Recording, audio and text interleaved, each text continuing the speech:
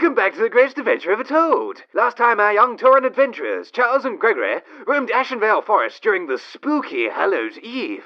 Now that the ghosts and ghouls are gone, it's time for the two lads to set off once again. Hello, everyone, and Hello. welcome to the greatest adventure. I'm doing the adventure. intro today because someone is sick. Yeah, I'm a little bit sick. Just a little. You went somewhere and you got sick. Yeah, I went to Blizzcon, and like all those Cheeto-encrusted fingers, man, got me sick that I shook hands with. You were kissing too many of the boys at BlizzCon. You were like, "Come here, handsome. I'm coming in for a smooch." Yeah, exactly. You saw all the pictures I took? Yeah. Yep, all those. It was like a fun time. I'll tell you one thing. Like me and Moocluck, before we go any further, me and Moocluck are going to talk a lot about BlizzCon today and what they announced for Legion. And I'll say this, like we haven't talked about anything yet, really. So yesterday I talked to Moocluck briefly, and I was like, save all your comments for tomorrow. Like let's not talk about anything. So this is a fresh conversation, first of all. Okay. Second, just giving a shout out to all the people that I ran into at BlizzCon. You guys were awesome. It was great. Oh. Yeah. Well, well, actually, I won't say that. All right. Okay. I don't want to go. I don't want to go into a spiel. Okay. Well, we've got to make our way over to the Zoram Strand anyway, because we've exhausted our quests. Yes. So while we're wandering over there, Okay. let's go through what happened at BlizzCon mainly. Okay. First up, we had the WoW trailer. Yeah, start right at the And- beginning. Right at the beginning. And I know everyone was really, really hyped for it. Yep. Everyone was really excited. Really? And... Oh, shit! Oh, not I've done it again! Oh no, it's after me this time. Oh, that's okay. Remember me. Remember you. Remember But yeah. me. While you're Ooh. being murdered. Well, you're being murdered. While you're being murdered. Okay, I'm good. Hey, I killed it. Oh man, look at that. Oh, too easy. I wasn't even trying. You're the strongest shaman in the world. I did, yeah, dude, that was awesome. Hold on, let me kill this thing that's attacking me, this night elf. Alright, go on. Okay. So yeah, movie shown, people happy. We very briefly talked about it yesterday, just a really quick, like, what do you think? Mm-hmm. And I think we both kind of had the same opinion of, like, it looks alright, but there sure is a lot of CGI. Yeah. I know that people will probably crucify us for this, because I saw a lot of comments of people saying, like, let's see people talk crap about the CGI now. And I was like, well, I mean, it's not that it looks bad. Like, the CGI doesn't look bad. I just think it's that the human eye is too smart. Yeah, Like, of course. no matter how good your CGI can be, the human eye will always tell that it's fake. Yeah.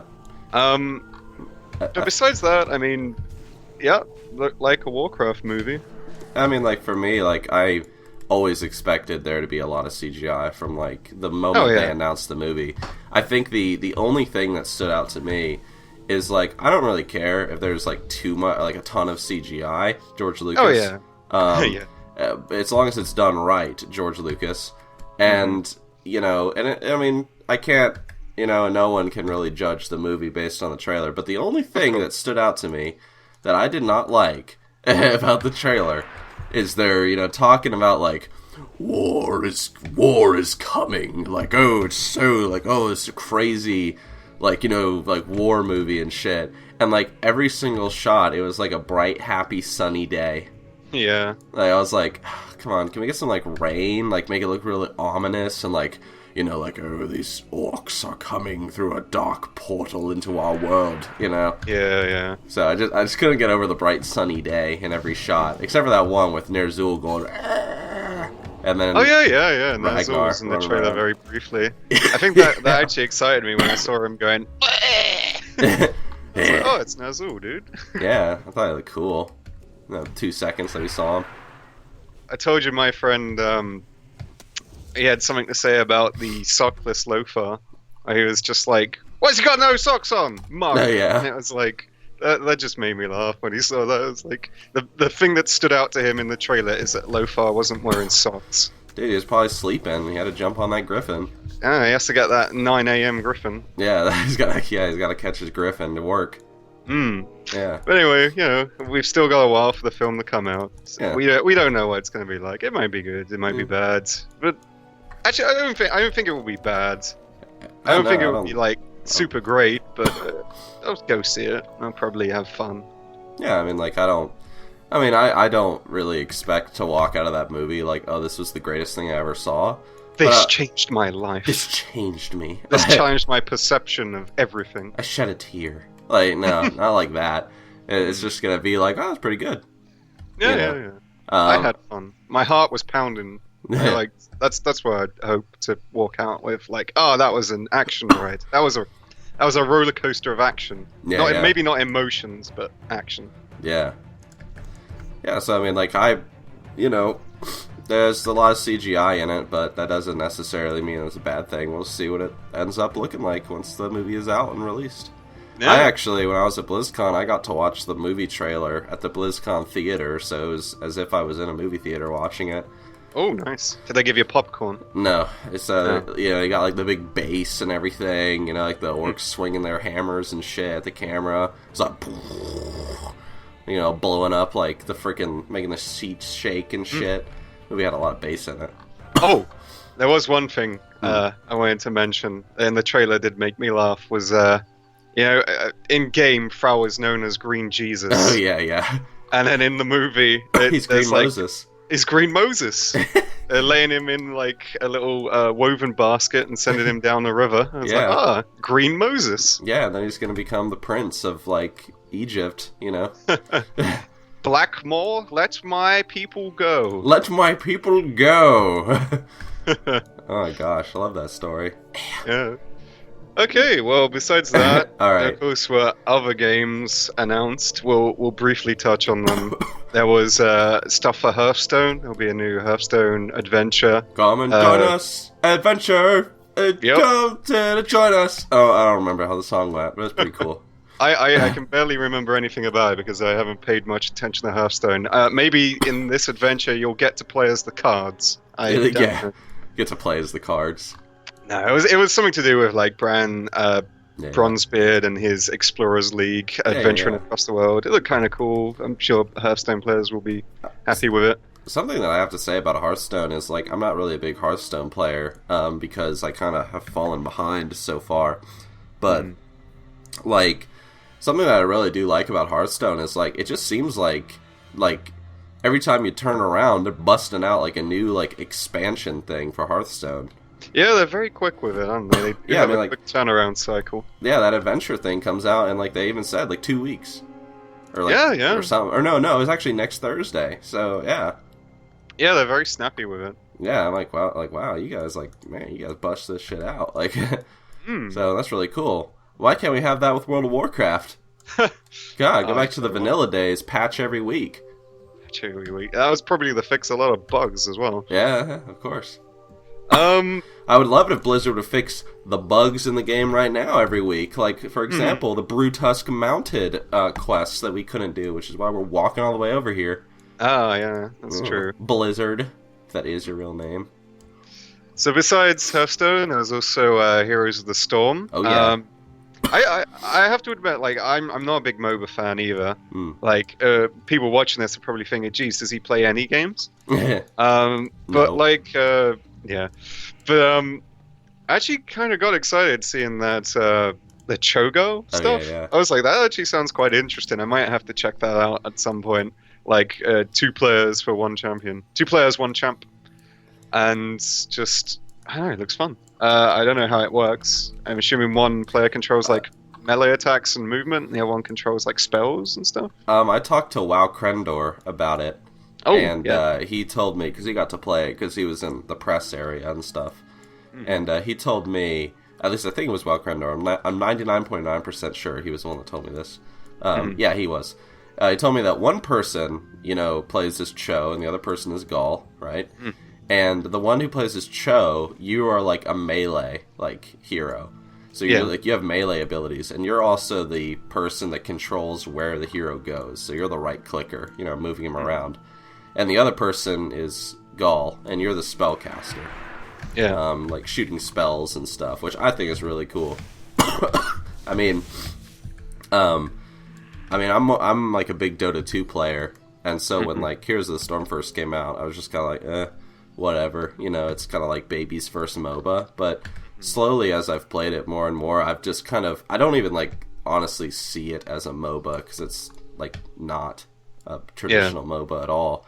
It's kind of like its own little, like, you know, it's kind of like a tower attack game instead of tower defense. You just go blow up the towers, capture the objectives, all that shit. I mean, I really don't even consider it really a MOBA.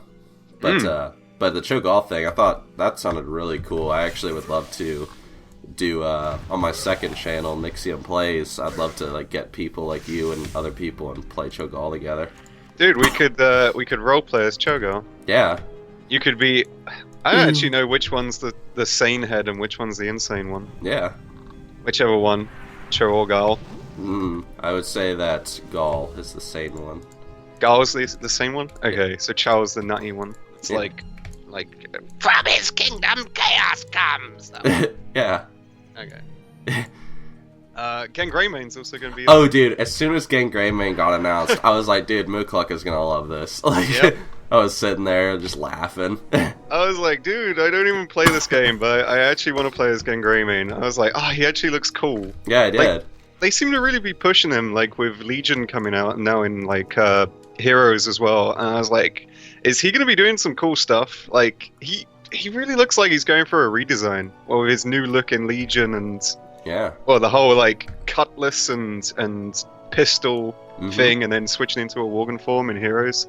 Yeah, he looks cool, badass. That's what I wanted him to be, but in Cataclysm he was just kind of like a butler. Yeah, a butler. He became a butler. Yeah, didn't do anything. He just stood next to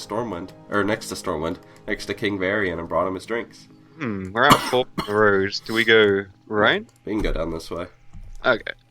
But yeah, you know, Here's the Storm looked really cool. You know, new map and everything, the arena. I mean, we're here to mostly talk about WoW, though. Yeah. Oh, well, there's just one more we have to quickly mention. Is Overwatch. Yeah, Overwatch. Looks good! It looks good. I actually got to play Overwatch at Blizzcon. I talked to a lot of people about it, like a lot of fans and stuff that also played it. And this is not an insult at all. This can be a really good thing or a really bad thing, depending on how you see it. Overwatch, when I was playing it, I mean, it feels exactly like TF2. Like, it... Well, if, you know, if it's a good game... It is. I mean, tons of people play TF2. Well. Yeah, exactly. I'm just saying that... I'm saying that because if you've played a game like Team Fortress 2 and you didn't like it, you're probably not going to like Overwatch. You know, it's like that, you know, class-based, or, well, not really class, but hero-based shooter. You know, you're always, like, changing between, like, the different, like, people, you know, depending on the situation, what you need. The only real difference, I would say, is that, you know, you have more abilities in Overwatch. You have, like, an ultimate and everything. And then there's a lot more mobility. You're, like, jumping around the map and, like, climbing walls and, like, all that stuff. And it was a lot of fun. I'm definitely going to buy it, and I'm definitely going to play it, but I'm just saying it was... it had that TF2 vibe to it. If that's a good or a bad thing, depending on your point of view, Mr. Viewer. So, yeah. Dude, hats. As long as they add hats, right? Yeah, they need to have some hats in there. That'll be perfect. Or shoes. They'll add shoes to Overwatch, because they don't want to copy, so you'll get shoes. Yeah, cod pieces.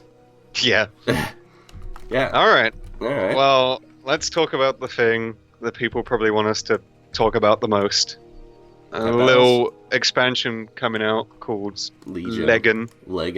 You know, I bet we're gonna get down here all the way to this fucking base, and there's gonna be no quests here. Yep. Oh well, we'll just wander around for this episode. You're sick. You have to take it easy. Yeah.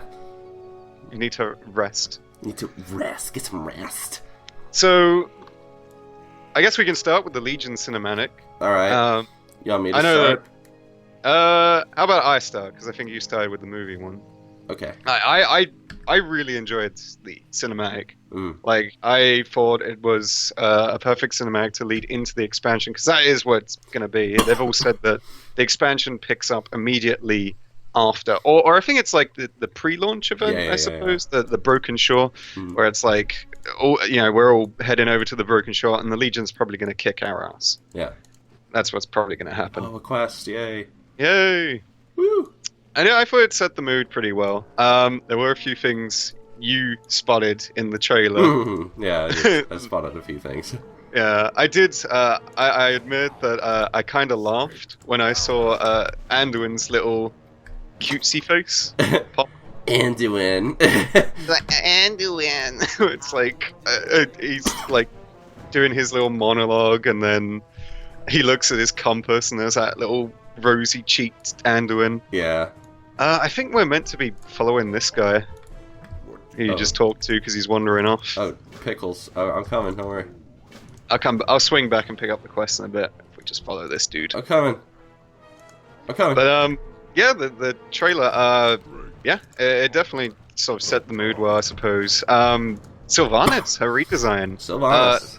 Yeah, no, I'm not a big fan of Sylvanas. I've never really have been. Like, I think she's alright because I'm dumb. Yeah. But in this trailer, I mean, like, I thought she looked cool. I love the sort of redesign they gave her. Yeah. They've made her much more like gaunt-faced and intimidating looking. I was like, damn. Yeah.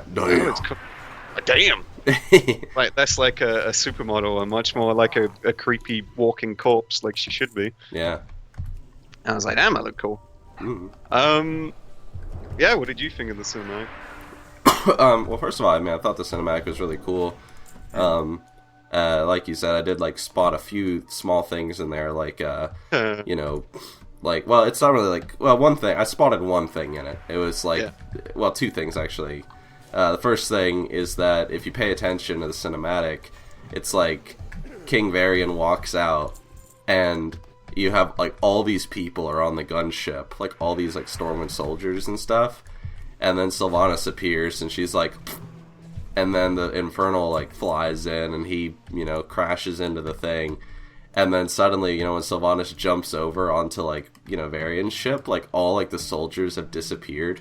Yeah. And it's just Varian and Sylvanas, and then when it crashes back into the ocean, like all the soldiers reappear. Or it's like 2 or 3 are like floating in the water with him. Yeah. And the other thing, it's like it just went through my mind like as soon as I watched it. And I don't know if this is kind of like intentional or if there will be like a quest line to do this, but it's like King Varian, like it starts off with him writing this note to Anduin, and he's like, you know, reading it to the audience as he, you know, or like he's reading what he wrote to the audience at the cinematic. Yeah. And then, like, you know, at the end of the cinematic, he just like falls into the water and like he loses the compass and the satchel and everything. So it's like, oh, that note never got delivered. Yeah. So maybe we'll deliver it as players. Maybe Varian will bite the dust, and then we'll have to take that letter to Anduin. Maybe. I loved I really loved when it first showed the whatchamacallit, like the rift. Like, yeah, with, like, the tear. I forgot what they called it. Yeah, I forgot what it's called too. I thought it was cool. I just liked the music then, and like, you know, all the green. Yeah, I liked the flying things. I said to you they reminded me of the flying monkeys from the Wizard of Oz. Yeah, all the flying monkeys. Open fire! Yeah. And there was something else I was gonna say about. Oh well, I mean, I do have two things though about the cinematic that it was like kind of like, oh man, like this is kind of disappointing, but not too disappointing. Like this is the Brazier Charles. Now we must wait. Okay. So the first thing I will say this, and this is strictly my opinion. Okay, this is not your opinion. This is my opinion. All right. Now, I absolutely hate King Varian and his son Anduin, if it wasn't completely obvious by my videos, especially Anduin. And the reason why is the fact that you have this, I mean, just look at King Varian in this cinematic. I mean, he's like this big man, like carved from marble. I mean, like, goodness gracious, he's like a supermodel, like super great warrior. And then you have his son Anduin, is all about peace and coming together, and you have this whole like relationship where I think I described it yesterday to you, where it was like it's almost like Anduin holds Varian's leash. Like that's the feel that I get, like because Varian can't be this badass warrior because then his son's like, no, Dad, we gotta be peaceful, like and so then he's like, well, I think look at that. Oh wow, fire resistance. I think that was kind of the point of that cinematic, I suppose, because at the end he does give that kind of rebuttal of like, well, it's good to strive for peace, but sometimes you gotta fight for it. Yeah. So I think that's something that Anduin has to learn. Yeah. And hope he learns that in Legion. Yeah, that'd be cool. Yeah, I fucking hate Anduin. I hate I hate peace characters when it comes. I'm sure to... he'll grow up at some point. Yeah, I'm sure he'll grow up. You gotta be peaceful. It's like the world's a violent place. You gotta accept it. Well, that's that quest done. Yep. All right. Okay. Well, let's move on to actually talking about. I wasn't done.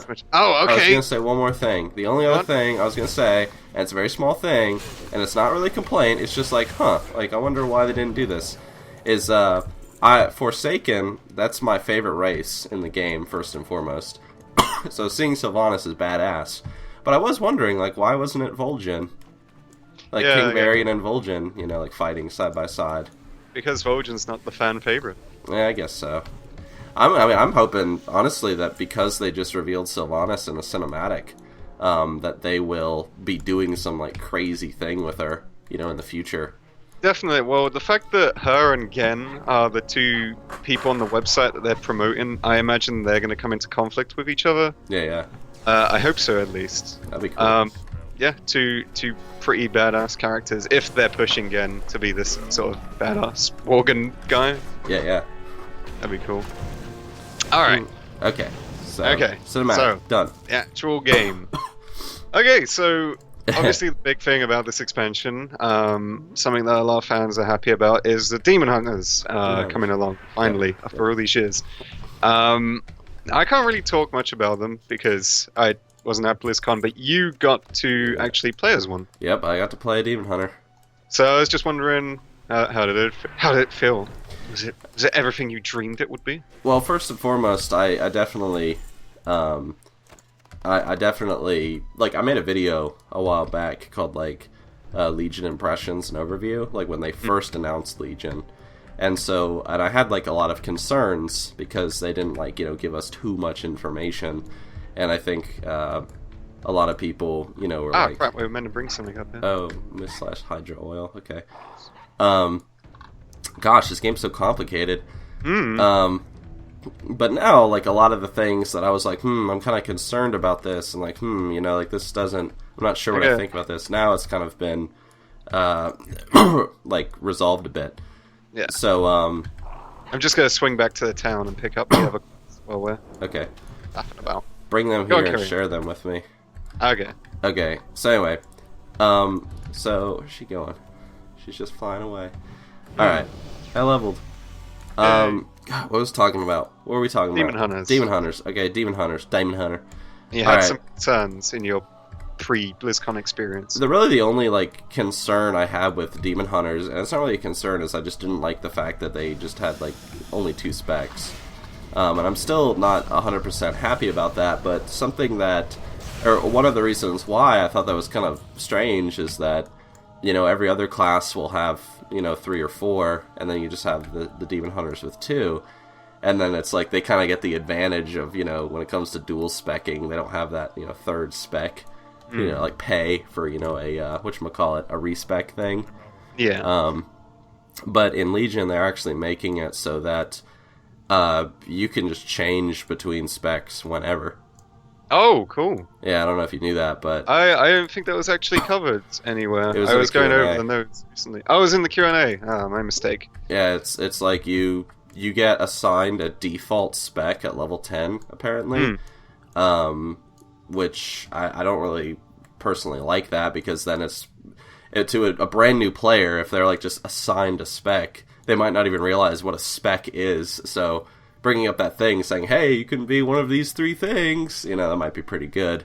Yeah. So hopefully it's not just like, oh, you are now a fire mage. You know, like it's like a little message in the lower left-hand corner. But, yeah, and then you can just switch between specs whenever the hell you want. Oh, that is cool. I always did think that the respecking thing or the dual specking thing, like having to, you know, only have the two and then you switch between them, and if you want to change it, you have to respec. Yeah. I feel like that was becoming kind of a relic of the past. Hmm. So I'm actually really happy to hear that. That's just going to be like, hey, you want to play a spec? Just click a button and switch in that spec and give it a go. Yeah, so yeah. Okay, that's cool. Yeah. And with the And, demon hunters themselves, like... oh yeah, I was gonna step into there. So, the class itself, it felt like a combination between a rogue and a warrior, but it was completely different. The first thing is that Blizzard's not kidding when they said, like, oh yeah, so we sought to make the most mobile class in the entire game. I mean, as a demon hunter, you're jumping around and flipping around and going all crazy, like, the entire time. And you actually have this one ability where I think it's called a Fell Rush, where you, like, shoot forward. I'm sure everyone's seen videos of it, where you shoot forward, and you get 2 charges of it, so you can go, like, whoosh, whoosh. And the thing is, like, if you're, like, trying to attack a target with it, you'll go through them, and then you need to, like, you gotta practice, like, quickly turning your camera around, you know, to like, go back through them again. I think it would be kind of cool if Blizzard isn't already doing this already, if there was, like, a glyph, because it does damage to whoever you run through. It'd be kind of cool if, like, Blizzard made a glyph so that when you, like, dash through somebody, you know, you are, instead of, like, facing, like, the direction that you were facing, like, when you dashed, you get, like, turned around, so you can go, like through them twice, like, really fast. That'd be cool. And do that double damage. That's just a little glyph idea, maybe. Which I think that's a nice little glyph. You guys will see what I mean when you get to play it. You'll see. I saw some of the gameplay of them, and they were showing off some of the jump in, the double jump in, the gliding, which I think was kind of a surprise for people, that they can actually glide with their wings. Yeah, that was a surprise. And they can use certain abilities in midair that allows them to, like, dash forward or propel themselves kind of upwards. Yep. And my instinct was like, damn, I better team up with a Death Knight when I'm in a battleground, because demon hunters are going to be, like, jumping through the air. I'm going to need a Death Knight to pull them down. Like, get down here. Get down here. Yeah. Yeah. I mean, the class, one thing that I really, like, was kind of concerned about with the Demon Hunter is that you have these, like, the Warglaves, and I don't know, like, for some reason, like, I didn't like the idea of the traditional animations, like, being, like, the only animations for these Warglaves, these new kinds of weapons. Just because I think it would look weird, but something to note is if you do pay attention, like, they are doing new animations and everything when they're attacking and, like, jumping and flipping around. It's really cool. I'll actually mention this quickly now, because I don't think I have it covered in my notes, but I know for a fact that they mentioned all melee classes will be getting new animations. Yeah. And they said, we hope you guys like them, which I'm sure most people will. Yeah, that's awesome. I'm really happy about that. Yeah. Okay. Well, how about the actual, like, what did you actually get to do as a Demon Hunter? Was it, like, the starter area experience? It was the starting area. Was there any, like, story, or was it kind of just like, here's a little playground to play around in? I mean, there was story, like, you know, I was reading, like, some of, like, the quest lines and stuff.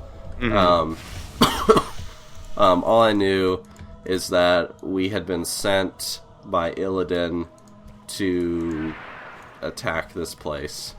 Okay. And then, like, what would happen is, like, reinforcements would show up from the Black Temple. It would actually be, like, bosses from the Black Temple would show up with their armies and stuff. Oh, cool. Yeah. And then they'd be like, oh, yes, we are here to help you, but then we must get back to the Black Temple, like, we are under attack, like, blah, blah, blah.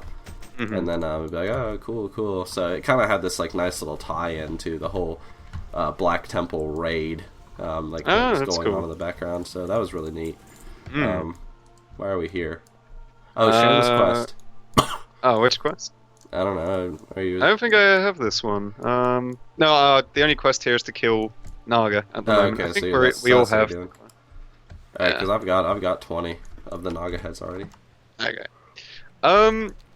Did you get to see their mount during the demo? Oh yeah, I saw that thing. Yeah. I thought it was cool. It's like a cat, but with a weird skull head. Yeah, like a And horse head. Yeah, I was like, oh, what a cutie. What a cutie. I was like, oh, that's adorable. I'd love to ride around on that, but I guess it's a Demon Hunter exclusive. Yeah, it was a cool mount. I mean, I rode that thing. It was great. Yeah.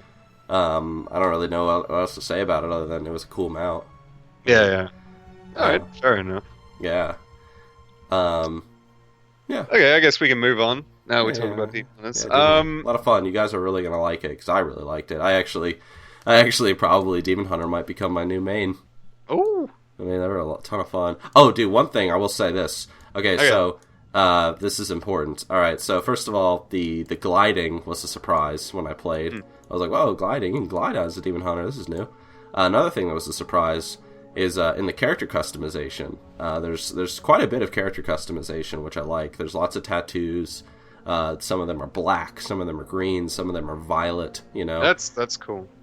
There's. I have to admit, I did say I didn't really like Demon Hunter's appearances in the last episode. Like, I'm not really a fan of their just their look, but some of the gear they were showing off, and actually some of the looks, like some of the different appearances they can take, I actually started to go like, actually that looks pretty cool. Yeah, they also have what was it? Like their skin types. You can have their skin like it looks like all like cracked and scaly, kind of like demony and shit. And nice. My favorite thing was the blindfold, because they showed off like the different kinds of blindfolds. But my favorite thing was the fact that there actually is an option for no blindfold.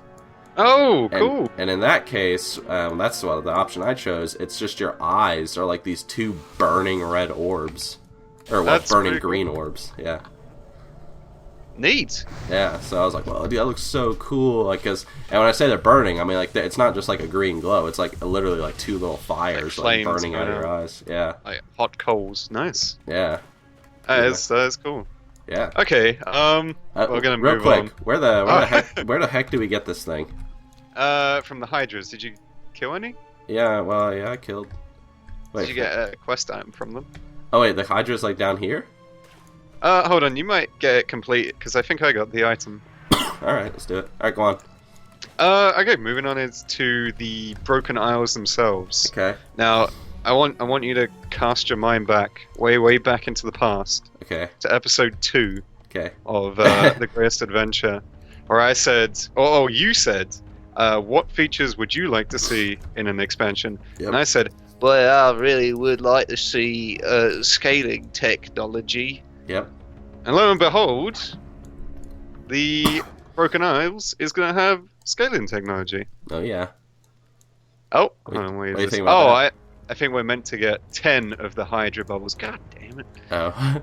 Then combine them. What do I think about that? I think it's amazing. I think it's brilliant. It's one of their best moves they've ever made. Like, one, it means that friends are now not limited by what level they are in comparison to each other for questing and whatever. So a friend who maybe has picked up the expansion earlier can still play with someone who's coming in later and still benefit, get rewards from it, whatever. But also, because at max level now, it means that the questing zones won't go to waste. It's always been something that WoW has always kind of like fallen short on, is that certain zones in every expansion just become useless once you've out-leveled them. Yeah. Like, for instance, let's take Grizzly Hills. Like, people loved Grizzly Hills back in Wrath of Lich King. But once you've gone through it once and completed it, there's not really much reason to go back unless you're farming materials or something. Yeah. There's no quest or anything. But with the scaling technology on the Broken Isles, it's going to be like certain daily quests will take you there. I think they are introducing a dynamic questing system similar to, I suppose, like Guild Wars or Final Fantasy, where each day or week there'll be different objectives or quests to do in zones, and you just head on over there and it'll be like, hey, kill 10 Fel guards and their leader, and then you'll do it and then you'll get some kind of reward from it. And I don't know, that just sounds so great to me. Like, oh, an actual questing experience that doesn't become redundant at max level. Yeah. Brilliant. Yeah, I like that I think the thing I'm most looking forward to is just pretty much what you said, like how like the zones don't become irrelevant. They don't have to do this approach anymore where it's like, well, a part of the zone is a max level part of the zone. Exactly. Kind of like in Shadow Moon Valley, like the most southern part with all the Burning Legion, Eridar people, like that's the high level part. And then everything else is the low level part. In this case, everything is, the high and the low level, depending on whatever level you are. And so, I'm sure some people will think that it's kind of like retreading content, but personally I think it's a good idea. Like repurposing content so it doesn't go out of date. I think that's pretty good. Yeah, I think the only thing that I'm thinking is, if like you have an area, like let's say there's like a hill and it has a bunch of like Felguard on it or something, and you do like, a ton of quests there to like go and kill Felguard. And actually, no, this wouldn't actually be such a bad thing. You do like 2 or 3 quests there, you kill some Felguard, you kill, the leader guy. And then at max level, hours and hours later, when you hit max level, you might get a daily quest to go back to that hill and kill those Felguard again. Yeah, it's I don't really call it. I wouldn't really consider that recycling content. It's just, it's kind of using the world to its full potential. Yeah, exactly. It's not like let's take an example from Warlords, where as soon as you start, you build your garrison, and then you just go out and you kill some of those Shadow Moon cultists. Yeah. And then that's it. You'll never return to that compound, or you'll never see that scenery again, because why would you? Yeah. Because it's irrelevant. Yeah. But now it's actually like, they will make full use of the map. Yeah, that's excellent. I think that's great, yeah. That example was perfect. Yeah. Because, there are, like, these really cool areas, and, like... Well, like right now, this little area of the Zoram Strand with the Ruined Night Elf. Like, when we're done here, we ain't coming back. Yeah. We'll never come back here again. But imagine if you got, like, let's say this is the max level world, this is the Broken Isles. You get the opportunity to come back here and, fight the Naga or something. Yeah. And, maybe even, like, something that would be really cool is, they talked about, like, scenarios being integrated into the world, similar to Warlords. If, if you came back to a place like this at max level and, these guys, like, if you pay attention to what the Naga are saying, they keep bitching about how they're going to invade at high tide. And then you come back here as a max level and you actually do a scenario where they do actually invade, That would be cool. Yeah, you actually get to take part in that, like, fight and stuff. That'd be cool. Yeah. But yeah, so I think it's great. Yeah.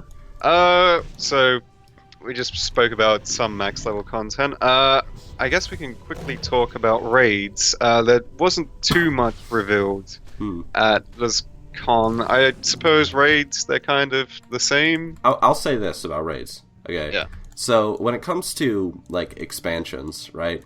Like, I'm kind of hit or miss when it comes to, like, raiding. Like, if I really get into an expansion, I'll become a hardcore raider. But if I can't get into it, I'm not going to raid. Like, for example, in Mists of Pandaria, I never raided. Because I'm like, I can't get into this. But in, like, Wrath of the Lich King, like, holy fucking shit. Like, I was, like, raiding left and right. Like, every other night, I was, raiding on different characters. Because I was really into it. And then in Warlords, I was really hoping that Warlords was going to, like, bring me back into, like, that raid mode again. But it unfortunately didn't, because I think for me... The rest of the expansion was kind of... Warlords put too much of a sour taste in my mouth. And that's all.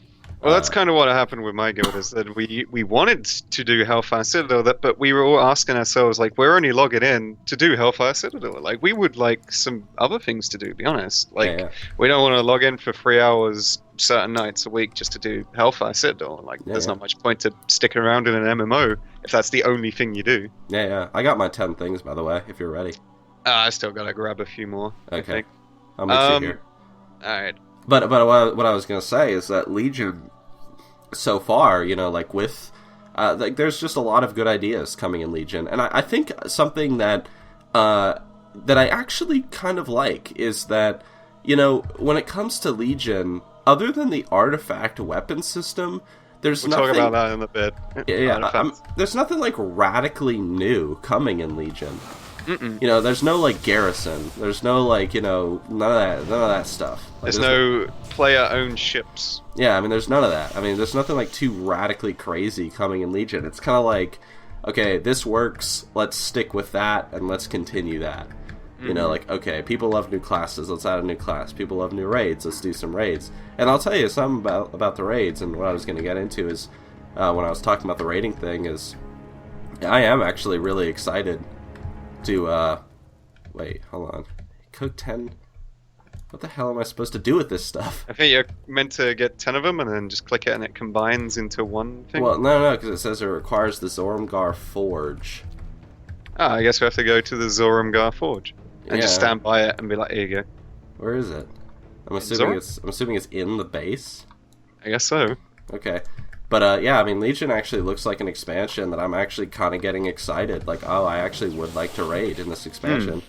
I will say that they only really briefly showed a tiny little teaser of the Emerald Nightmare, and it was very, it was like kind of distorted. Like I think it must have been the later part of the raid because they mentions you climb up the world tree, this corrupted world tree, and then you enter the Nightmare. Yeah. So this later part looks very much like a kind of twisted landscape with familiar kind of scenery, but it's all mismatched and wonky and, you know, kind of dreamlike.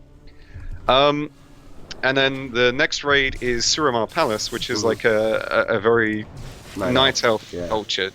It's very different to what we had in Warlords, which was like Stone Ogre City, and then Iron Horde Factory, and then Green Iron Horde Fortress, but with some goo splattered around. Yeah. So the variety in sort of scenery and raids is looking a lot better. They also mentioned about with future raids in the expansion. This is something they did actually say, that they might move away from the sort of large, you know, like 13-man raids, and split it into like a 6-man raid, a 6-boss raid, and a 7-boss raid. Similar to like how the Cataclysm raids were at launch, and I really like that idea. I actually prefer, you know, a change of scenery. It's just it's so your eyes don't get so visually exhausted. The same scenery.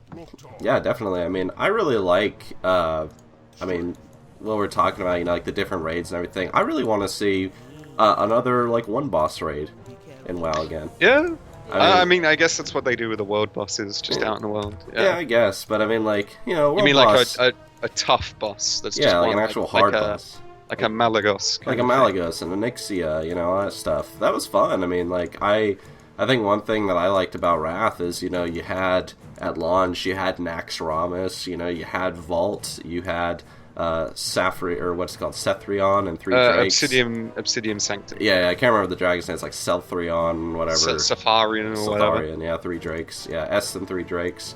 You had Malagos. I mean, you had a nice little variety of things. Now, granted, you know, Vault wasn't much of a raid, but I mean, it kind of was. You know, it's an easy. It was raid. Something to fight over in PvP. Yeah, that's good. I mean, like, you know, that was good. I liked that. I mean, I liked it. I want to see another like one boss raid again. That would be nice. Yeah. But yeah, I mean, I'm actually kind of excited to raid in this expansion. Yeah, well, big surprise for you because you're a Druid fan. That Cenarius is going to be a boss. I wasn't gonna mention that, but that is actually another one of the small reasons why I'm excited to raid, because Cenarius is one of my favorite characters, and you know, to be able to fight him and, you know, potentially kill him. I mean, that's not cool, but you know, but fighting him, I mean, the whole Emerald Nightmare thing, I really like it. I really like it. Yeah, definitely. Well, we talked about raids. Yeah. Let's move on to PvP. No. The other. There's nothing to talk about in regards to PvP. I guess. I'll get to that. Okay. But dungeons. Okay. I got the quest complete from you. Oh, really? Thanks. Okay, cool. Thanks, guy. No problem. So yeah, something that surprised me, like straight away, was that Ian got up on stage and he went, "Yeah, we have 10 dungeons coming for you in Legion." And I was like, "Whoa!" I was like, "You sneaked one in." Yeah. It's like at Gamescom they said 9, and just suddenly like snuck an extra one in there, which I'm really thankful for, because I think 10, for me, 10 dungeons per expansion, like on launch, I think is the number they should be aiming for anyway. Yeah. More variety, it means you don't sit there going, oh, this boss again, so often. Yeah. And they said something about every like quest in zone will probably end in a dungeon. Like every quest line will end in a dungeon, which is pretty cool. That's how it used to be in like Wrath as well. I think most zones kind of culminated in the climax dungeon. Yeah. So it forms sort of a relation between you and the boss that you need to kill. Yeah. Which is cool. Gives you a reason to kill him. Mm-hmm. But the big thing is, of course, the new challenge mode. Mm-hmm. Which they're basically taking challenge mode now and mythic difficulty, and they're squashing them together. Yeah. And adding a little bit extra to it. Yeah. So there's no mythic. And what happens is, while you're out questing in the world or doing whatever, you'll probably get your hands on Challenger's Keystone. Yep. Which is very similar to Diablo 3's Greater Rift Keystone. In fact, the new Challenger dungeons are pretty much reminiscent of Diablo 3's Greater Rifts. Yeah. In that you go in, one of your party will have a Greater Rift Keystone. He'll shove it in that orb thing that you usually see at the start of challenge mode dungeons, and it will be like beep beep beep, go, and then off you go, and you've got your timer, and you need to get through and kill that last boss. Yeah. Now, as you do that, if you manage to complete the dungeon in the time given to you, your keystone will go up a rank. Yeah. And you can return to the start of the dungeon, to the orb thing, and you can place it in again. And now the dungeon, I'm not sure if they said the timer will go down. I think it might stay the same, but there'll be like little twists and extra difficulties added to the dungeon. Like, for instance, mobs might get the ability that when they go below 30% health, they do like 100% more damage. Yeah, crazy rage. Yeah, when they die, They explode. after a few seconds, boom, yeah, their corpse explodes, so you need to move. Or for healers, there could be a permanent dungeon-wide dot that just keeps chipping away at your party's health as you go through the dungeon. And then your challenge is to still beat the timer with all these like extra little gimmicks added in. Yep. And I thought, oh, that sounds so cool. Like, it was something I mentioned way back in episode 2, was that I really want dungeons to be relevant again. I want there to be a reason for me to just keep doing them outside of, raiding. And this system it sounds amazing.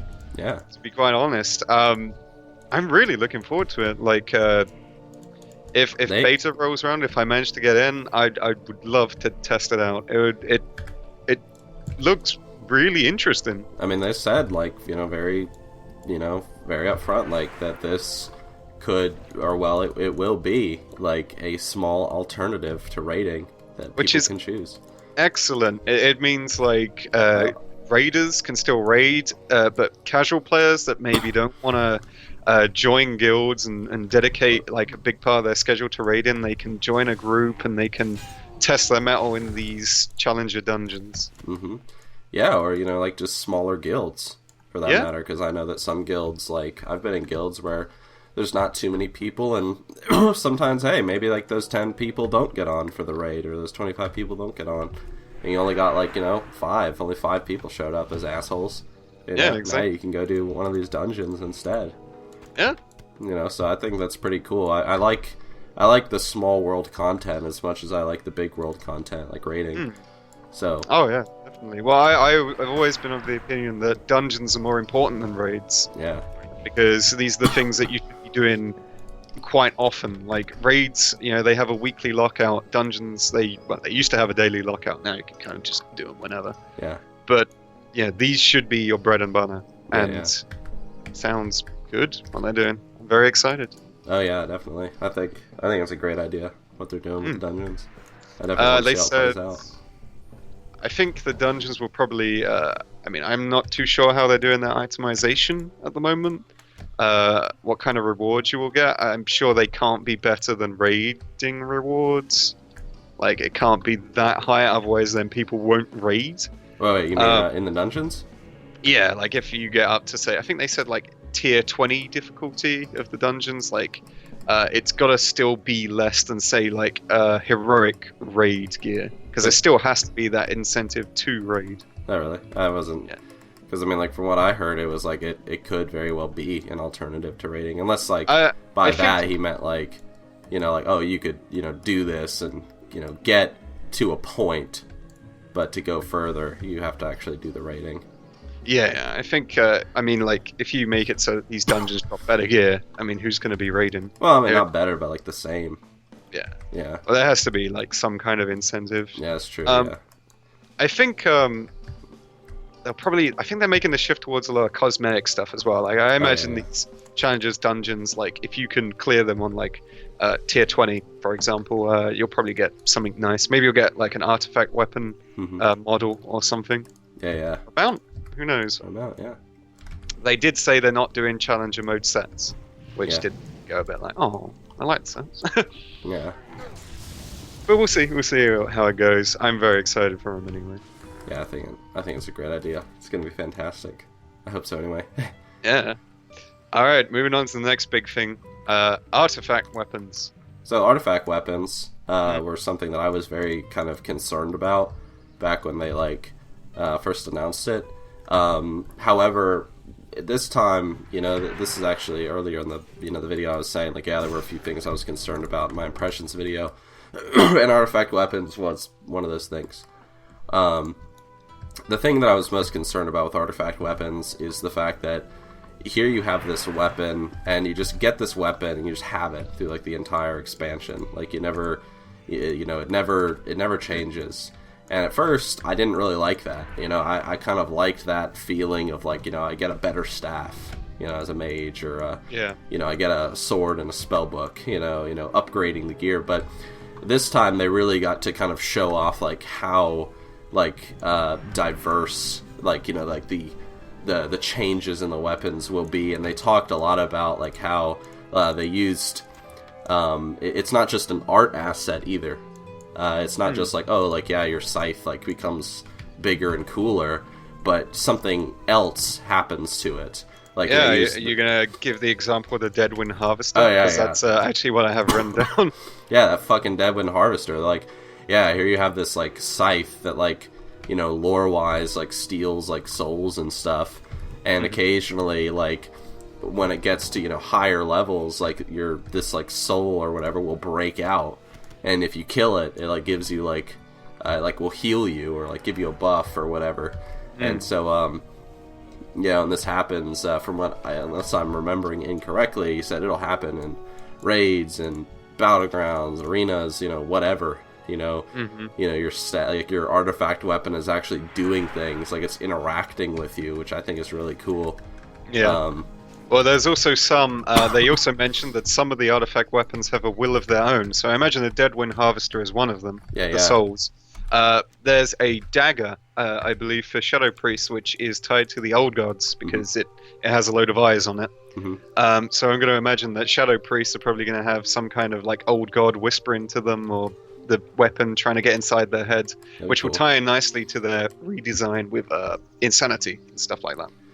Yeah, I mean, I think it would definitely be cool if they really bring out that personality of the weapon, like they kind of did with the Harvester. They showed it, you know, the weapon has a personality, and it, like what you just described, like the dagger, like, you know, the Old Gods are whispering to you. They're, like, the weapon is trying to make you insane, you know, something like that. Like, that would be really, really, really, really cool. Oh, yeah. So, yeah, how you go about with these weapons, according to the devs, is that you power them up just by pretty much just doing content. Doing whatever you want, yeah. Yeah, you power them up through defeating quest bosses. I like that they said this phrase. They said quest bosses. Yeah.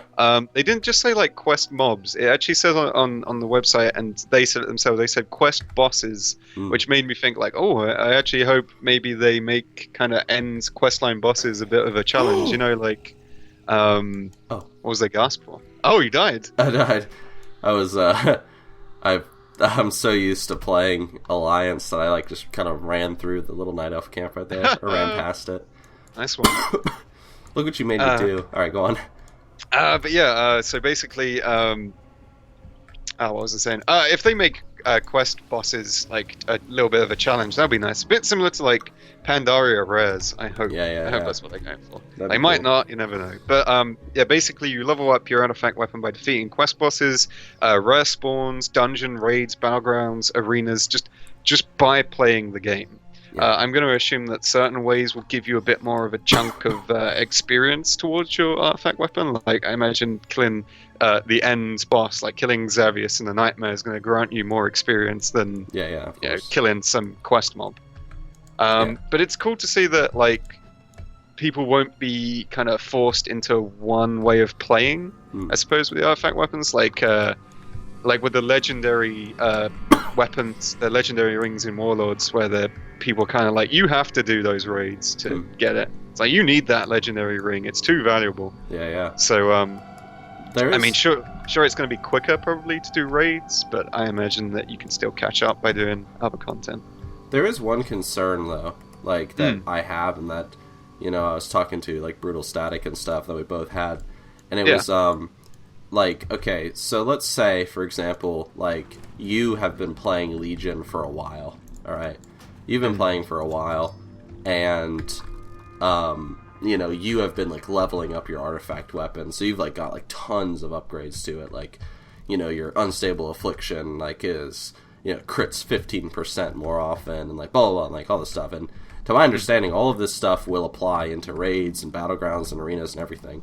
Yeah. And so my question is, like, if you bring like a new player, like if I just hit level 110, and then like I'm like going to be so weak compared to you, and it's gonna take a while before like I have as many upgrades to my weapon as you, to become as powerful as you, which I guess isn't really a bad thing when you think about it. And, you know, it's just there's always been gear progression. I mean, they've just swapped out like weapon drops for upgrading your unique weapon. Yeah. I guess like the question is, you know, how long would it take to, you know, like catch somebody back up, since they would be so far behind. But I guess, like, you know, now that I'm kind of rethinking about the system, you know, I guess it's no different than if someone, you know, started playing Warlords right now, and then they'd be like, oh, you know, I don't have any of the raid gear or anything, so, you know, I'm behind. Yeah. But, so, yeah, okay. I know they, for alts, they'll be adding some kind of catch-up. Like, they did say that it will take a long time to... Right, so it'll take months. Months. The artifact weapon. But I'm assuming they're going to add something that will allow you to keep, like, if you wanted to switch spec mid-expansion, you can't really invest 3 more months into leveling up an artifact weapon, so there must be some form of catch-up that they're going to add. Yeah, definitely. Speaking of, like, upgrading it, your weapon will have traits, so it's not just like flat-out damage increases. It will actually be things that you can put on your action bar. Like, I don't know if they gave an example. I think they might have said something about the scythe, the Deadwind Harvester. Where you'll get a move that's kind of like a reap ability, I suppose, like an extra dot because it's for an affliction. I remember that. So, I guess it'll add an extra move to your rotation by having these weapons. Not all the traits will be moves, some of them will be passive. I think mostly the major ones will be like executable moves, and then the minor ones will be passives that just are kind of like flat damage increases or something. But that sounds cool. I do wonder how that's going to play out. Definitely. It's almost kind of like the Garrison system, just a little bit, where it's like as you upgrade things, you get new abilities for your action bars. Yeah, exactly. You know, sort of. Yeah. And then, of course, you have relics for your artifact weapon as well. That was a new thing. They're kind of like, I guess the best way to describe them is they're kind of like gems, but they're for everyone to use, not just jewel crafters. And you get them out in the world, I assume, by doing important things, and you get 2 sockets on your artifact that you can put these relics into, and I think they influence them in certain ways, like maybe they do a bit of fire damage or something. They didn't really say too much about them. Yeah. I'm sure we'll find out soon enough once beta goes live and people can start playing around with it. Yeah. But yeah, I mean, I think personally, I went from being a little like, not 100% sure what to think about the artifact weapons to now I'm like really excited about it. Oh yeah, I'm very excited. I also liked that they said about eventually you'll upgrade your weapon and it will like culminate in this big upgrade event. Yeah. The picture that they used, it appeared to be like in the Valhalla themed dungeon, and it looked like they were in front of the Titan Keeper, who I think is called Odin, but with a Y. Odin. But with a Y. Yeah. Are you done here, by the way? Oh no, I only just got here. I wasn't sure where you went. I was faffing around up on the surface. Okay. Just let me know when you're done, because I'm done. I think I need to get a few more crystal things. Okay, go on. Yeah, I think that's kind of it that I have for artifact weapons. Oh, and of course, there'll be plenty of models and skins for it, and colors. That was a big thing, that you'll be able to change the individual color of each artifact. So, like, if you got the green Ashbringer, the sort of fell-looking one, if you don't like the color green, but you like the kind of shape of the weapon, you could change it to the, I don't know, orangey coloured or the purpley coloured, but keep the appearance. Yeah, so instead of like, fell fire, you have like regular fire. Yeah, exactly. Yeah. So that was nice. I thought that was a really nice little detail that they added in. Crystal's here. Here. Nice one. Okay, next up I guess is class halls. Class halls. They didn't really say all that much about class halls, but I think they kind of, They kind of said, I liked what they said about class identity. Like, it's got to represent your character no matter how you kind of visualize your character. Like, they used warriors as an example. Like, some people see their warrior as like a barbarian. Mm-hmm. Well, there'll be a little corner just for you in the class hall that looks kind of barbaric, or maybe you visualize your warrior as like an old swordsman, with the kind of twin blade, kind of lean and fast moving. Well, there'll be like a little section for you, or maybe you see him as like a stalwart defender. There'll be like a kind of shield, I guess, shieldy looking area for you as well. But yeah, each guild class hall is going to have its like own sort of theme for each class. Druids get the Dream Grove, which they took inspiration from. Was it Moonlight? Yeah. They took inspiration from it and then made it like even like more druidy, I guess, for lack of a better term. Yeah. And it's actually on the Broken Isles, or it's in the Dream, I guess. I guess it's kind of like located on the Isles. It's the area where Malfurion became the first druid, right? Yeah. That's what they said. And it's also located in the Emerald Dream, so, druids, that'd be cool. I think it would be really cool if the druid class hall is accessed just by druids going to sleep. Like, their physical body is still left around. That'd be hilarious. That would be pretty cool. Like, you go to a specific area and you do /sleep, and then, like, you go through a loading screen, and then you're in the Dream Grove. Oh, that would be funny. But then it would leave exposed, like, you're a night elf druid and you, like, lay yourself down, and then you come back and a load of horde are, like, kicking the crap out of you. Well, I mean, your body would, like, disappear. Maybe there's, like, that'd be kind of interesting. Like, druids sleep in barrow dens. Oh, yeah. Like, you actually would go into a barrow den or something. Like, any barrow den in the world. Like, whether it's the one in Darnassus or the one here in Ashenvale or whatever. And if you sleep on, like, these, like, the beds in there, like, you'll enter the Dream Grove. I'm afraid I'm going to have to burst that bubble because they did announce how you get to your class halls. Oh, you just walk in? Yeah, everyone just gets a death gate. Oh. Which I was like, oh, really? I would have liked to have traveled there, but, I guess I understand if it's, like, a big hub. If you're going to be going back there to get all your quests and everything, I suppose you can't be traveling all the time, but... Yeah. So yeah, everyone gets a Deathgate themed kind of thing. Yeah. To get to your class hall quickly. Um, Something cool they did mention was that warriors get like a little arena in their class hall. I thought that was like just little things that other classes won't have access to, I suppose. So warriors get like a little arena where they can spar against each other. They mentioned for like class halls there'll be like little class specific quests as well that make use of some of your abilities. They just mentioned 2 quests as examples: demon hunting and pickpocketing. Yeah.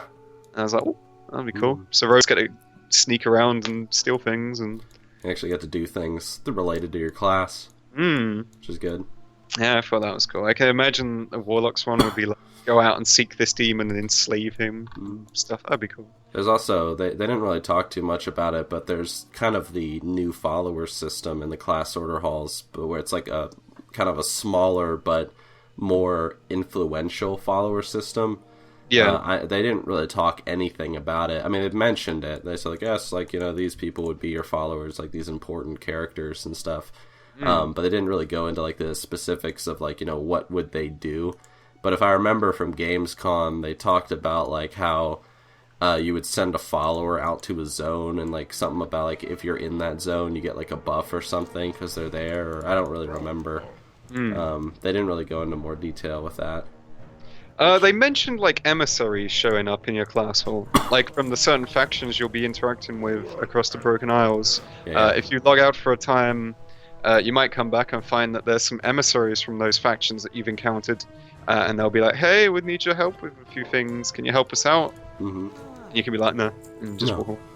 I hope the emissaries are at least random, which I'm assuming they will be. So that way, like in your class order hall, you would have like. For example, the Arakoa show up, and then for me, it might be like, I don't know, the... Nightfallen. Yeah, the Nightfallen show up. I mean, whatever. Just making up random races for coming up with them. Yeah. Let's see, what else is there? I guess, since we're talking about class halls, we can talk about classes, and just how they're, like, trying their hardest, it seems, to make them all very unique. I'll say this about the classes. Okay, so Demonology Warlock looks awesome. I actually have that as my note, like in big capital letters. Demonology looks sick. That's actually what I've written on my notes here. Demonology Warlocks look fucking awesome, and I know there's some people that are like, no, I don't want them to change. It's like, you're gonna like it. I know you're gonna like it. I was actually reading the, did you read the class spells? notes. Yeah. They released them just earlier today, so I was just reading through them. Unfortunately, like, Affliction still sounds a little bit... Destruction's already kind of in a good place. Yeah. Affliction didn't sound like they were changing that much, but Demonology sounds like...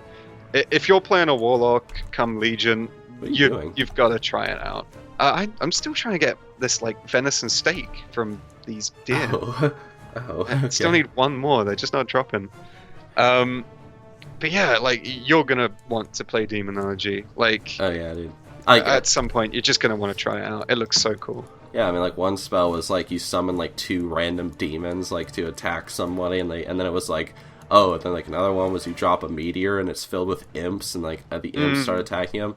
And then there was like this one that was saying like, yes, and this is important. It was like, oh yes, like, use this ability and like you power up like 3 of your demons. Like, oh, just 3? Like, yeah, like, just 3 of them. To like, do 50% more damage to the target. And it's like, oh, just 3? I wonder how many that's gonna be. Oh, you cut out from me a little bit there, dude. Really? But yeah, I think I know what you mean. Can you hear me now? Yeah. Okay, cool. But yeah, I think it's demonic empowerment. I think I read earlier it will empower your 3 strongest minions. Yeah. So, it's awesome. Yeah. Oh yeah, I will definitely... I don't know if I'll main it. Like, I'm really struggling to... Like, looking at the artifact weapons for Warlocks, and... I'm really struggling to think of what spec I want to play come Legion. Like, I'll have to try out. Because Destruction Warlocks, they get the Scepter of Sargeras. Yeah. The freaking Scepter that destroyed Draenor. Like, holy shit. Give me that. Gimme. Hunters. Hunters. That was actually one of my notes as well. Have you read these? Dude, Yeah, hunters with spears. I love it's like survival, spear. right? Yeah, survival. Yeah, okay. Melee I kind hunters. of love sort of spears in fantasy, and I've always been a little like disappointed that WoW doesn't really have like a great class that uses them all that much. I know that monks, they sort of whack people with, I think it's jab. They just kind of just go whack and then they put it back on their back. Yeah. You can of course use spears, but with the current animations, they're swung wrong. It's like instead of lunging forward with the spear, you swing with it. It's like why would you? You're meant to stick them with the pointy end. Yeah, stick with the pointy end. But with the announcement that they're bringing new melee animations, it made me very excited to actually try out a survival hunter. Yeah. And I was like, damn, I want to try that out. That looks so cool. Yeah. Definitely a lot of classes I want to try come Legion. Yeah. They I really like what they're doing with all the classes. I like how they're also kind of redoing Arcane a little bit. They're redoing Shadow Priests, all the tentacles coming out of their bodies and stuff. Really cool. Yeah, that made me laugh. I was like, you Shadow Priests. I was like, you're in for a good time with all those tentacles. Yeah. If you know what I mean. Yeah, so I like what they're doing. And I really can't wait to try out the Demonology Warlock because I've always wanted like a pure summoning class in the game. That's why I was so big on the Necromancer for so long. I still am. And so the Demonology Warlock, it looks like they're going to kind of be that thing, the summoning class. Yeah. You know, I just want it to be like, you just have like 10 little demons and you know, well, maybe some of them would be like kind of bigger demons, like just chasing someone and attacking them, and then you can make them explode and shit like that. When they did announce about all the demons that are coming for Demonology, I did shed a little tear for the melee players. Oh yeah, because I know for a fact in raids they've been very annoyed with clutter, particularly with like Hunter's Stampede, I think it's called, or where they just summon all of their pets. I was hoping Blizzard are going to go back on that, not jump forward. So hopefully they have a system in place that makes it so that melee aren't lost in this huge clusterfuck of demons and hunter pets come Legion. Yeah. Yeah, they're also making it for hunters. I actually used my 100 character boost on a hunter. And they're making it so that marksmanship hunters, you're actually a lone hunter from level 10 if you choose marksmanship. So you don't have to get the talent anymore. You are a lone hunter, no pet. You're much more of an archer. That's actually quite cool that they've tied it more to the spec instead of the talent. That's cool. I've actually really liked it. I mean, that's the little thing that I chose, marksmanship, when I boosted the character. I've been PvPing as him and, you know, running around. It's been pretty fun. That's really cool, actually. Being like the lone gunman. Yeah. Okay. Well, moving on now. We're probably going to talk about professions. Professions look awesome. Yeah. It's been a long time coming that professions needed like an overhaul. Warlords professions were probably the worst they have ever been. Yeah. Like, really not fun at all. I hated the whole, like, get on, do the daily crafting cooldown, and then that's it. Yeah. And it's like, and I mean, they did add sort of like, you can use is it Primal Spirits, I think they're called? You can use them later on, but I don't know. It still wasn't a fun way to do professions. It was very dull. Yeah. But, coming in Legion, they're going to make professions much more of a kind of more immersive experience, I suppose is the best way to put it, that professions will actually have quests. They're not just a menu anymore. It's almost like professions are a quest line rather than just a quest. Which yeah, really exactly. Well, the example they gave was for tailors. Yeah. You arrive in Dalaran and you'll try it and you'll probably make something and you'll realize that you're crap at it and you're like, oh, I can't keep this together, or the materials I'm using aren't right. So you'll want to seek out a Nightfallen who's a tailor, and he's been exiled from their culture for certain reasons, which you will learn during the course of the quest. And you'll seek this guy out and he'll be like, sure, I'll help you if you, I don't know, kill 10 boars for me or whatever. And then he'll come back with you to Dalaran. And the Nightfallen are like mana-obsessed night elves, similar to like how blood elves were kind of like magic-obsessed. Yeah. So you can imagine that will probably lead to some kind of interesting conflict later on, I hope. Definitely. But yeah, I thought that was really interesting, that you actually kind of interact with people to learn more about your profession. And that, of course, that's only the tailor's example. They also said about miners will learn from the ghost of a Tauren, or one of those Tauren. He had like 2 mining picks in his hand and about 6 on his back. There's so much replayability in this expansion that it's ridiculous. It's like, not only, do you get to kind of go to whatever zone you want for like with the scaling thing. You can go to whatever zone, do it any order you want. You also have like the professions you get to explore with their quest lines. You have the artifact weapon quest lines and stuff, and upgrading the artifact weapons. I mean, you talk about like a replayable expansion, like over and over with different characters, different specs, and everything. Yeah. Yeah. Well, MMOs have always been about the grind, and it's how well you disguise it that matters. And I mean, I hope these all sound like great ideas. Yeah. So I hope when Legion comes out that it is good. I hope it is a very well disguised grind. Yeah. So anyway, professions in terms of like recipes, they'll come in ranks, I think. Oh yeah. And it'll be like rank 1 to 3. I'm assuming that to level it up, maybe you get a quest, or maybe you find a pattern somewhere. Maybe you get like something from the factions, reason to level faction rep, or maybe you'll just discover them in the world or in dungeons or something. Yeah. That sounds cool. They also mentioned. Oh, go on. I was gonna say I really liked how I think it was enchanters have the ability to enchant like a piece of armor or a weapon, whatever it was, to like occasionally summon like a druid, like an assistant, to help you fight. Yeah. Which I thought was pretty cool, because I mean I've always loved like the trinkets and stuff where you like when you use them they summon like a little like group of people to help you, or a person to help you. I just always thought that was kind of cool and kind of cute.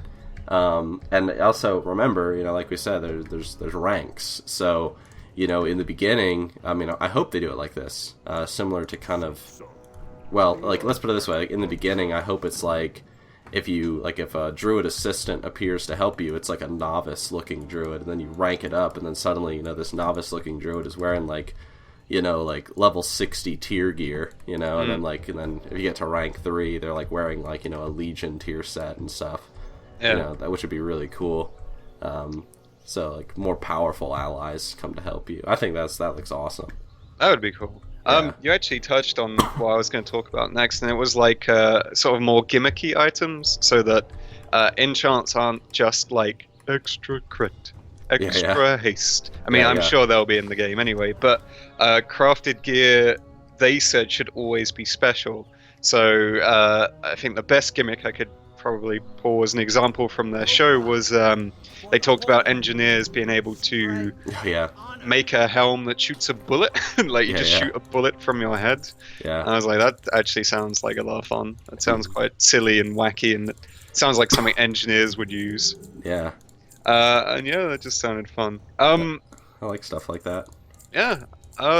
There was also the, I hope I'm going to say this right, because it's a completely made up word, the Obliterum. Oh yeah, that, yeah. That you'll be making once you arrive in Dalaran. It's like a demonic forge that it destroys crafted items with maybe useless stats on them, and you can use the Obliterum, Made-Upium. You can use the Made-Upium to enhance the power of your like other gear pieces. So say you had like 2 rings, and you go to craft a new one, which you hope is better, but you get like crappy stats on it. Yeah. You could just throw it in the forge, and you can use the Obliterum to enhance your other rings. Which I'm gonna guess it won't be as much of an upgrade as maybe like a ring with good stats on it would have been, but it's still something. It's so that you don't feel like so disappointed when you randomly get, I don't know, versatility and haste when you wanted crit and mastery. Yeah. We gotta head down into the village, I think. I'm probably gonna. I mean, we've already been recording for an hour and 20 minutes now. Have we? We've only got a little bit more to go through. I just have just a couple points left. If you want to just finish them off, and then. Okay, and then I'm gonna go to bed. Alright, yeah, you're sick. I don't want to keep you any longer. Well, we can go through the points. Okay, well, this one's just about items. They talked a lot about drop variety. I mean, I'm not too certain on this myself. But they talked a lot about legendaries drop in from out in the world. Did you see them? Yes, that are kind of based on the old vanilla items and stuff. Yeah, like Cloak of Flames and stuff. I do wonder how rare they will be, and I hope it's not just here it is. There he is. Everyone go get your legendary that's guaranteed to drop. I hope it's not like that. Yeah. But hey, it would be interesting to see people running around with legendaries. There'll be, I suppose the best way to put it is there'll be more legendaries, but they'll probably still be kind of interesting to see. Yeah. If you see someone running around, I think they gave an example of shoulders that look like Valkyrie shoulders. If you see someone running around with them, you might be like, oh. Yeah. Oh, look at them with their cool shoulders. Wish I had them. Yeah. Oh, and a big one, new transmog system. Yeah, the new transmog system. Which is everyone freaked out when they announced that. Yeah, people really like their customization. It was about damn time. But yeah, you'll any item you've ever had or ever will get will go into the wardrobe instead of carrying them around in your bank or your void storage. And that includes tabards, weapon enchants as well, shirts. Awesome. Yeah, it's great. You can just change it, I'm guessing, whenever you want. I'm sure there's a cost still, like a gold cost attached to it. Oh, and you can hide your shoulders. Oh, yeah. I think that's great because, I mean, for me, on, my main characters, my bank is just polluted with frickin' with items for transmog stuff that I just don't want to delete just in case I ever want to use it again. So I'm really glad that they're doing what they're doing. I'm sure our peers will be very happy. Oh yeah, they will. That's for sure. Yeah, that's kind of it for my notes. Is there any other general stuff you want to quickly talk about before you head off? Let's see. Gotta kill one more officer and get the Moon Touch Clay. I guess, really, I mean, just going back to what I was talking about earlier when we were talking about rating, I mean, Legion, it's kind of after Warlords. I think everyone's, been a little I don't know, when it comes to, the next WoW expansion. Is it going to be good or is it going to be, another Warlords of Draenor? But so far, I mean, from what we're seeing, I mean, Legion does look like it's going to be pretty good. They've had more to talk about than they did at the BlizzCon prior to Warlords. Yeah. I also remember when Warlords was announced, I really wasn't that excited for it. I didn't like the whole theme of the expansion because I felt like it was treading old water. Of, orcs again? I already know about these guys. I know it's an alternate dimension, but yeah, I wasn't excited. But with Legion, I'm very excited to see what they have to show. Because we've talked about all these wonderful things so far. Until beta comes around, or beta, and people start testing, and we get to hear what's in the game and what isn't, I guess it's still wise to stay a little skeptical. I mean, we never know. Yeah. But yeah, keep an eye on people uploading as the expansion draws near, and I hope that well, we don't actually know the release date yet. Summer. Yeah, this is summer, before September. It better not be that long. I hope as the release date draws closer, I get more excited rather than less excited, which I was doing with Warlords. I just hope they don't cut content. Oh yeah, we had to cut the scaling thing. Yeah. Well, they did address something very quick, and that was is it Faldranath, the island to the south of the Broken Isles? Thankfully, they kind of addressed straight away at BlizzCon, oh yeah, that will come at a later date. They didn't sort of go, that will be max level content, you'll go there at the end. They kind of just outright said, yeah, that's coming later. So no Tenement jungle confusion. Yeah. Yeah. Yeah. That's pretty much it. Any other little minor details you're excited for? Uh, Lore-wise, design-wise? Demon Hunter was a lot of fun to play. It seems like it's going to be a good expansion. Now I set my Hearthstone, so I can just go back up there. Oh, I set mine. I did. Whee. To Hellscream's Watch? Yep. Oh, wow, you actually set your Hearthstone for once. I know. I'm in shock. Surprise! Are you okay? Lots of surprises today. I'm okay, yeah. Oh. I breathed... Yep, there you are. The BlizzCon breathed new life into me. I will say one thing about BlizzCon. I was going to say this earlier, but I figured I would just wait to the end. I think, how do I put this? Like, for me, like, this was my first ever BlizzCon that I ever went to. I've never been to BlizzCon before. And when it comes to, this is kind of my closing message, when it comes to, like, being, like, a filthy YouTuber and, like, reading comments and stuff, and people say things like, oh, I really like your stuff, I like watching your videos and stuff, like, that's one thing. But then to actually, like, to meet someone in real life and to hear them say that and to, like, shake their hand and give them a hug and stuff, like, that's something completely different. And this is not really a message for the audience. This is kind of more directed at, I guess, you, Moocluck, a little bit, or other YouTubers. But it's kind of like BlizzCon, at least for me, and I think a lot of people, it was kind of like, almost like it was like kind of rejuvenating. You know, it's a reminder that, like, kind of reminds you of, like, you know, that passion that you had when you first started, like, making videos and stuff. And so I guess my closing note, and I was going to say this earlier, but I saved it till now, is, you know, again, just to anybody that I ran into at BlizzCon, and there was a lot, and to anybody that I spoke to, the Blizzard devs, the fans, whoever, you know, thanks for the great time. And I really wish I could just, like, get back onto doing stuff, but I just don't feel really good right now, so I have to wait till Perhaps, better. perhaps when we record the next episode of The Greatest Adventure, you can talk a little bit more about your experiences at BlizzCon. Yeah. You know, instead of the game. Yeah. And on that note, in regards to, like, fans and, you know, the viewers and all that stuff, in regards to the mail, we're not going to do the mail this episode, just because I wanna go lay back down. I wanted to go lay back down like 45 minutes ago. By the way, dude, this is actually an inn over here, as long as you're standing on this mat.